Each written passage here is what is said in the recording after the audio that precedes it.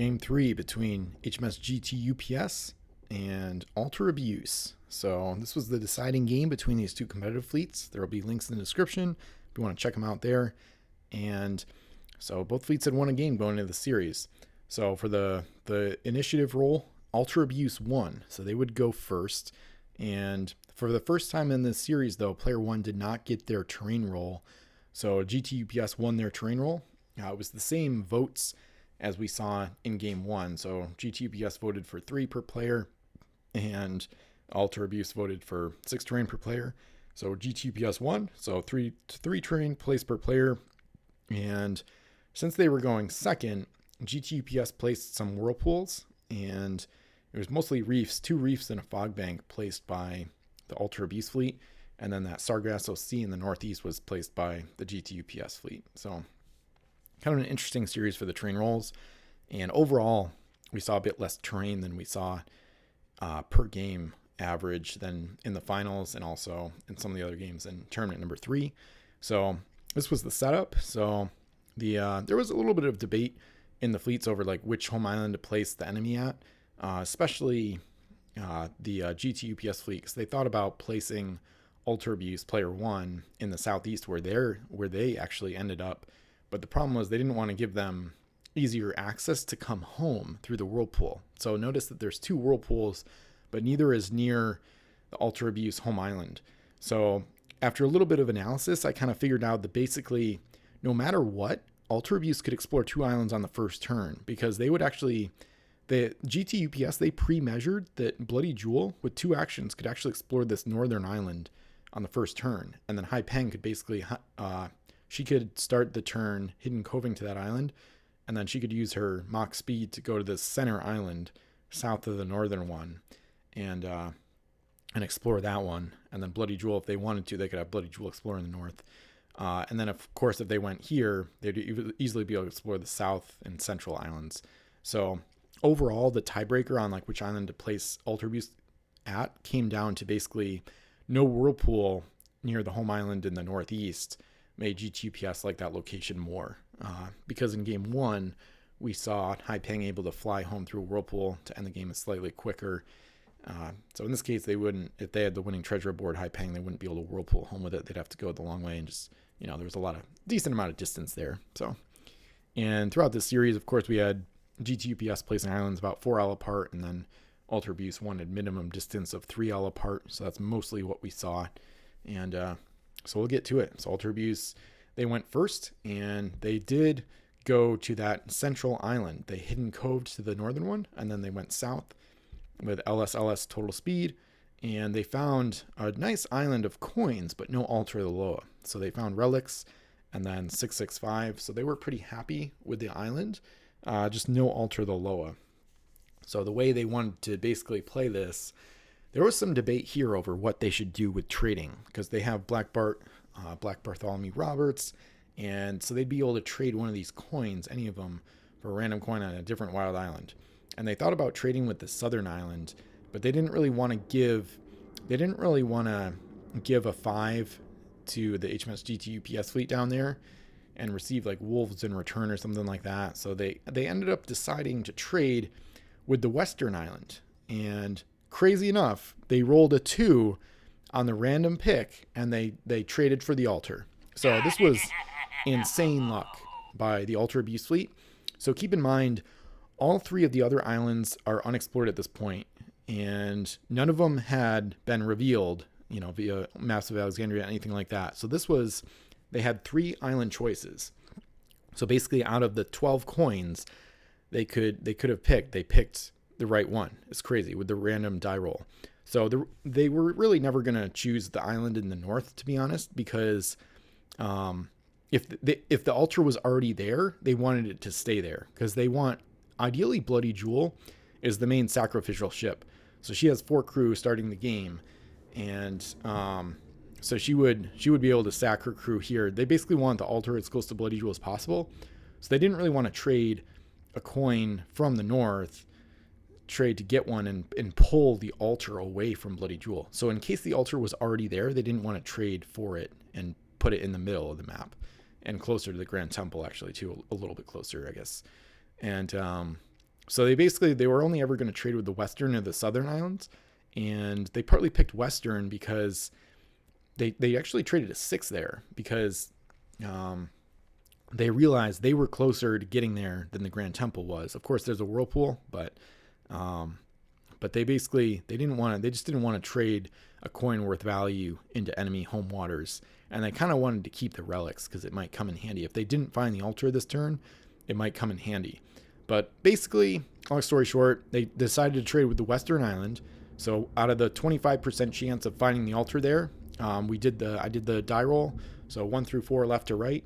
They got a 2, and then they got the altar. So it was a crazy luck with the treasure trading, and this would basically seal the fate of the HMS GTUPS fleet because they were able to establish control. So Hai Peng, she loaded a couple coins. They did a bunch of transferring, really. Basically, they did some crew transferring. They sacked 2 crew to the altar because in the pirate code for the altar of the Loa, it says that you can eliminate the crew at any time during your turn. So they eliminated 2 of the Hai Peng's crew before she loaded the coins that were on the island, the 6 and the 5, because they traded a 6 to get the altar. In hindsight, maybe they should have traded a 5, but there was some reason for them doing that at the time. But anyway, so Hai Peng basically was able to both sacrifice crew and then with those cargo spaces freed up, load the other coins from the island. And then they were able to control the enemy fleet on their turn. So they reefed HMS Grand Temple, and she only rolled a 2. So she lost 4 masts on the reef in a devastating blow.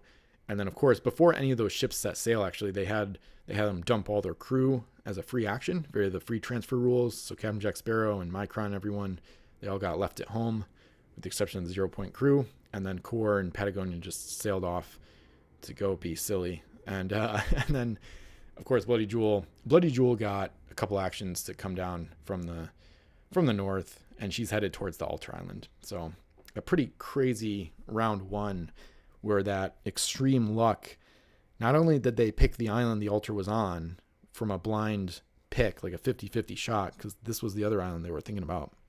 Not only that, but they rolled to receive the altar in their treasure trade. So I don't know what the odds of that are, but pretty crazy. I mean, it would be 50-50 for the island choice, and then only 25% chance for the coin choice. So Ultra Abuse extremely happy. And then on the second round, they added insult to injury by shipwrecking the Grand Temple. So they established a second turn of control once Bloody Jewel was able to reach the island and sacrifice 2 of her crew. So this is the second half of the second round where GTUPS once again is controlled. All their actions are controlled by the Ultra Abuse fleet. HMS Grand Temple was moved onto the reef again, and she rolled a 3. So 6 minus 3 is 3 masts lost, but she only had 2 masts to lose.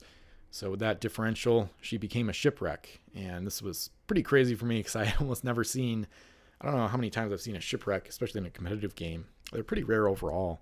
Of course, Ultra Abuse is one of the fleets that would definitely trigger it because they're the kind of fleet where they're able to move enemy ships over reefs on purpose somewhat regularly. But it was still pretty crazy to see such a hugely important flagship wrecked in a competitive game, just completely destroyed. Her crew on the home island, the port hull destroyed, shipwrecked.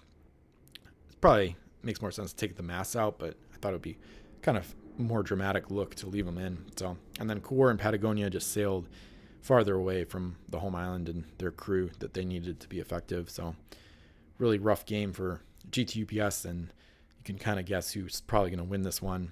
And yeah, that was it. So Hai Peng was able to get home, and basically she picked up a 5 from the northern island. There was a karmic idol there as well, but they actually let it trigger because on this third, I don't know if this was the third or the fourth round, but by the time they got to that island, GT was already wrecked, and it was very obvious the other ships in the other fleet would not be able to intercept Hai Peng on her way home. So although she could have traded the karmic idol away in order to try to preserve the altar, because at this point Bloody Jewel had already sacked her final 2 crew to the altar, and which would have established a third turn of control over the GT fleet. But in this case, the Ultra Abuse fleet, they could see that Core and Patagonia would not be able to stop Haipeng on our way home, not even close. Even with Core going through that whirlpool, the other whirlpool was not on Haipeng's way home. It was kind of more in the middle of the map, as you probably saw earlier. So basically, they decided to just take the altar and let it destroy the altar. Or sorry, take the Karmic Idol, and let it destroy the altar. So it destroyed relics and some other stuff too, but they weren't too concerned because they got another 5 from that island. And then with that, add it to the coins that were already on Haipeng, and she had enough to win the game. So she just sped home with Micron and assistance and was able to unload the winning 16 treasure at home. So this was crazy. So they've won the series. They just beat the T3 winner. So Ultra Abuse really proved themselves in this series. It was kind of short, and each of the games was pretty short too, but overall, it really proves how good Ultra Abuse can be. Obviously, they need a bit of luck, but if they go first and they get a reasonable amount of luck finding the altar of the Loa on either turn 1 or turn 2, they're extremely hard to beat. So overall, a really impressive series for that fleet. Obviously, the luck really, it did feel like a bit of a luck fest, unfortunately. So it's kind of like whoever went first won each of these 3 games, but not only that, they were able to play their ideal game in each of the 3 games, whoever won. So in game 1, Ultra Abuse found the altar right away and they won. And in game 2, GTUPS was able to trade Hogan coins at a rapid pace and get a ton of gold really fast. And the Ultra Abuse fleet just didn't find the altar in that game, so they lost. And then in game 3, they found the altar. They traded for the altar in probably the luckiest. That was maybe the luckiest they got in the series. They traded for the altar on turn 1 and received it. So that was insane. And then they won, of course. So overall, a pretty luck-based a series. But I think that's kind of how it goes between a lot of these competitive fleets, because they're so high-powered that if either one of them gets what they want in like a substantial way, they're just going to win, because it's just you establish complete control of the enemy fleet, or the other fleet gets like 16 gold like really, really fast without even having to bring it home. So the fleets are just so meta and so competitive to an extreme that I think all these games, I don't know if any of them went into the 4th round. This one may have, but most of them were 2 or 3 rounds, maybe all of them. So it's just such a frenetic pace. And another thing about this series, there were no shots fired. I kind of figured at some point we would see HMS Grand Temple go after a Haipeng or Bloody Jewel that had treasure aboard. And that's part of why the GT fleet included the divers event in all 3 games instead of Jolly Mon. And I don't think Jolly Mon would have helped them in any of these games anyway, really. But they weren't able to do that because in the 2 games that they lost, that she couldn't do anything. She was controlled by the altar of the Loa. So, and then in the other game, there was no point in her attacking the enemy because she had all the gold she needed for Captain Jack Sparrow to trade home for a quick win.